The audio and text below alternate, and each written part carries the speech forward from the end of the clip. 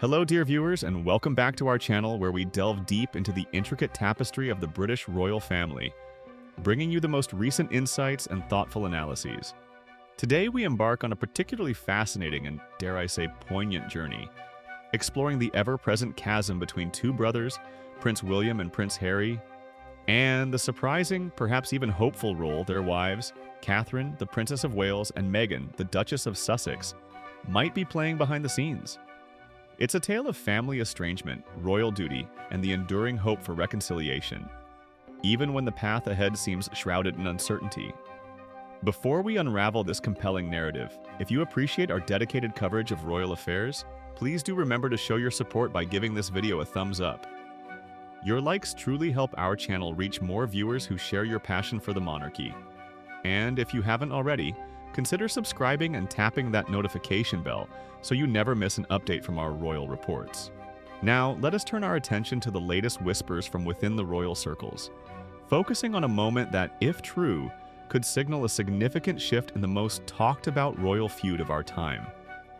The enduring rift between Prince William, the heir to the throne, and his younger brother, Prince Harry, the Duke of Sussex, has for quite some time now been an open secret, casting a long and undeniable shadow over the House of Windsor. This profound estrangement in their once unshakable bond, a brotherhood forged in shared grief and public service, has been laid bare for the entire world to witness, growing increasingly palpable and painful with each passing year. The seismic events that have contributed to this widening chasm are well documented. The Duke and Duchess of Sussex's decision to step back as senior working royals in early 2020, affectionately dubbed Megxit by the press, the explosive interview given to Oprah Winfrey in March 2021, where deeply personal grievances and accusations against the institution were aired on a global stage. And most recently, the publication of Prince Harry's memoir, *Spare*, in January 2023, which offered an unfiltered and at times scathing account of his experiences within the royal family, including deeply personal details about his relationship with his brother and father. Each of these moments, like successive tremors, has deepened the fault lines between the royal siblings, making the prospect of a genuine reconciliation seem increasingly distant. Indeed, the stark reality of their fractured relationship was brought into sharp focus once again during Prince Harry's recent, brief visit to the United Kingdom. This particular trip was undertaken in circumstances that would, for many families, immediately prompt a coming together. It was motivated by the deeply concerning news of King Charles III's cancer diagnosis, a revelation that undoubtedly sent shockwaves through the family and the nation alike. One might have reasonably expected, or at least fervently hoped, that such a serious personal crisis affecting their father would compel the brothers to set aside their differences, if only temporarily, to offer mutual support and present a united front. However, the Duke of Sussex's departure from the UK without a meeting, or even a public acknowledgement of one, with his elder brother, Prince William, spoke volumes. It was a conspicuous absence, a silent testament to the enduring coldness that persists between them, further cementing the public perception of an unyielding divide. This missed opportunity amidst a period of considerable vulnerability for the monarch underscored just how entrenched their disagreements have become, signaling that even grave family concerns might not be enough to bridge the chasm that has grown between them. The implications of such a public display of disunity for the monarchy, particularly during a time of transition and uncertainty, are not lost on royal observers or the public at large. Now, into this complex and often disheartening narrative steps a new, intriguing, and frankly, somewhat unexpected element. Royal expert Jenny Bond, a seasoned commentator with decades of experience observing the inner workings of the monarchy, has recently put forth a rather surprising claim regarding the potential thoughts and actions of Catherine, the Princess of Wales, and Meghan, the Duchess of Sussex. According to Bond, despite the widely reported differences and perceived animosity that have, for so long, characterized the relationship between these two prominent royal ladies, they are, in fact, united by a singular, profound objective: a peaceful reunion between their estranged husbands. This assertion, which suggests a common ground emerging from what has often been portrayed as a battleground, offers a glimmer of hope, however faint, for a resolution to the royal feud. It posits that beneath the surface of public scrutiny and media speculation, there might be a shared desire to mend the fractured family ties, driven perhaps by a deeper understanding of the familial impact of this ongoing discord. This notion of Catherine and Meghan joining forces is, by any measure, a truly rare and significant moment, if proven accurate. For years, the narrative surrounding their relationship has been fraught with tension, often depicted as a clash of personalities, cultures, and expectations. From the early days of Meghan's engagement to Prince Harry through the wedding, and certainly following the Sussexes' departure from royal life, the media has frequently highlighted perceived slights, misunderstandings, and a general lack of warmth between the two women. Stories of tears over bridesmaid dresses, differing approaches to royal duties, and contrasting public personas have fueled speculation of a deep-seated animosity.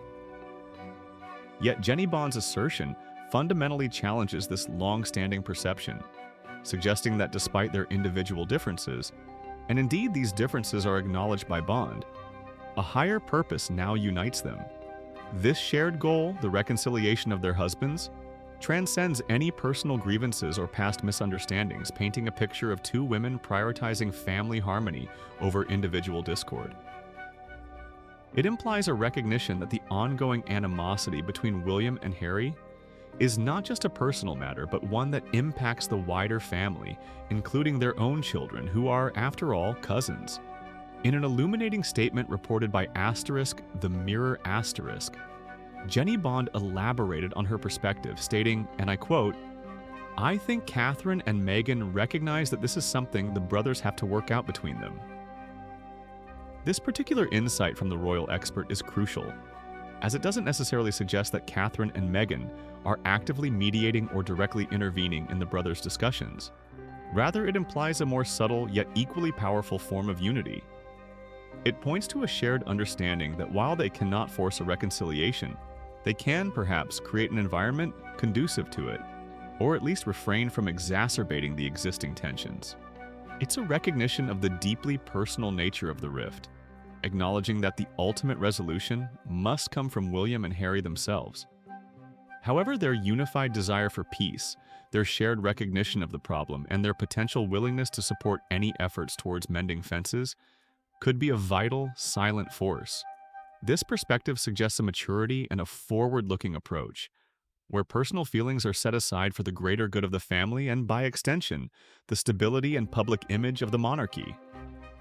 It hints at a strategy of encouragement and support, a silent plea for peace rather than active involvement in the complexities of the brothers' disputes. Beyond the hopes for a brotherly reunion, Jenny Bond also touched upon another sensitive aspect of the royal dynamic: the feelings of Prince William, the Prince of Wales, regarding his brother's recent interactions. Specifically, Bond addressed William's perceived resentment over Harry's reunion with King Charles. This is a profoundly important point, as it delves into the emotional landscape of the future king, highlighting the depth of feeling involved in this family saga. The notion that William might harbor resentment is not entirely surprising, given the public nature of the feud and the various accusations and revelations made by Prince Harry over recent years, particularly in his memoir. William, as the heir, carries the immense weight of future kingship and is deeply committed to upholding the dignity and traditions of the institution. From his perspective, Harry's actions may be seen as a direct assault on the very foundations of the monarchy and a betrayal of their shared history and responsibilities. Bond further elucidated this complex dynamic by stating, "I'm sure the king would have told William in advance about his decision to meet Harry. This detail speaks volumes about the internal workings and necessary courtesies within the senior echelons of the royal family." It underscores the king's presumed efforts to manage the highly sensitive situation, ensuring that his elder son, the direct heir, was not blindsided by a meeting with his estranged younger brother. Such a pre-notification would be a customary act of deference and transparency, designed to prevent further misunderstandings or feelings of exclusion. However, even with advance notice, the underlying resentment on William's part could still persist. It's one thing to be informed, it's another entirely to fully accept or approve of a situation that may still cause personal pain or perceived institutional damage. William's resentment could stem from a variety of factors: a sense of betrayal, frustration over the public airing of private grievances, the ongoing distraction the feud causes for the monarchy, or perhaps even a protective instinct towards his father, who has also been a target of Harry's criticisms.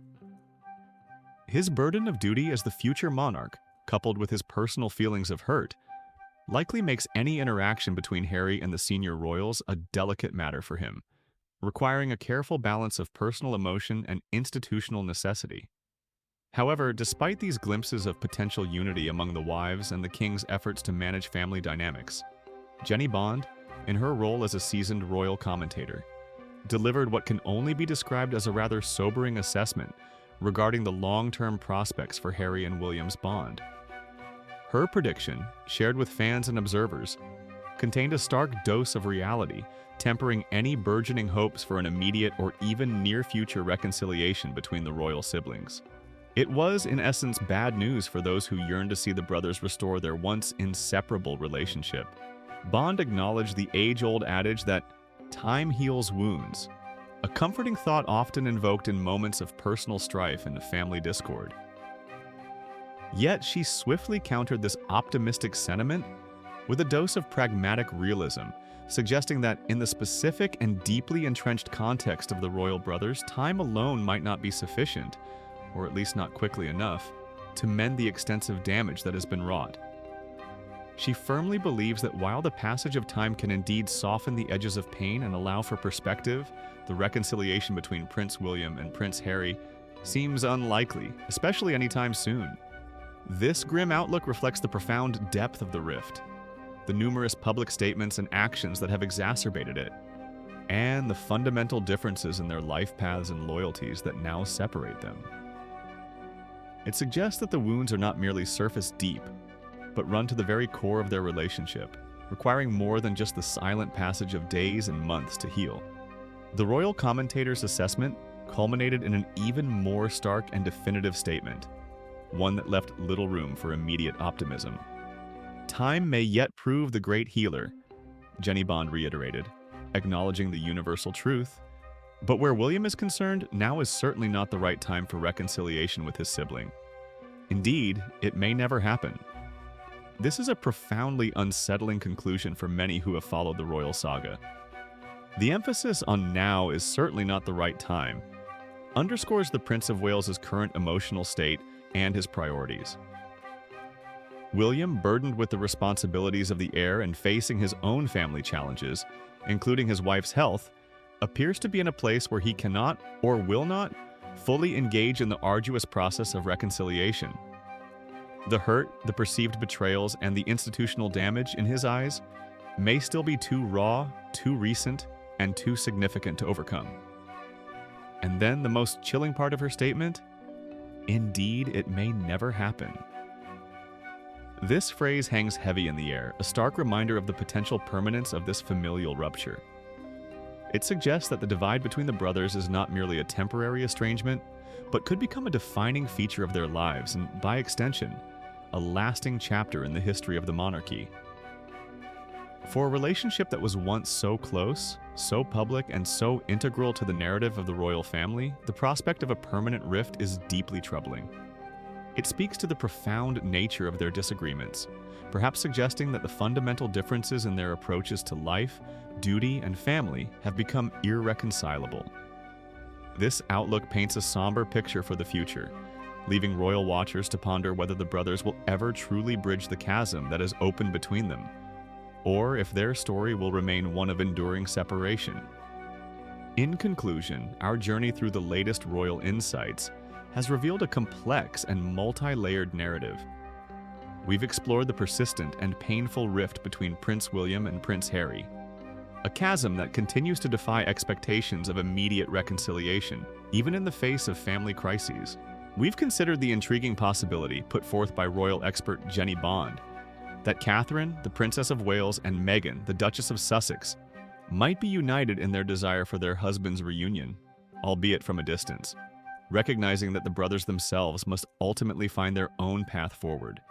We've also delved into Prince William's understandable resentment regarding his brother's interactions with King Charles, highlighting the deep emotional and institutional complexities at play. And finally, we've grappled with the sobering prediction that a true reconciliation between the royal siblings is not only unlikely in the near future, but perhaps may never come to pass. This ongoing saga is more than just royal gossip. It's a deeply human story of family, loyalty, duty, and the challenges of personal relationships under the intense glare of the public eye. It leaves us with much to ponder about the nature of forgiveness, the weight of expectations, and the enduring power of family ties, even when strained to their breaking point.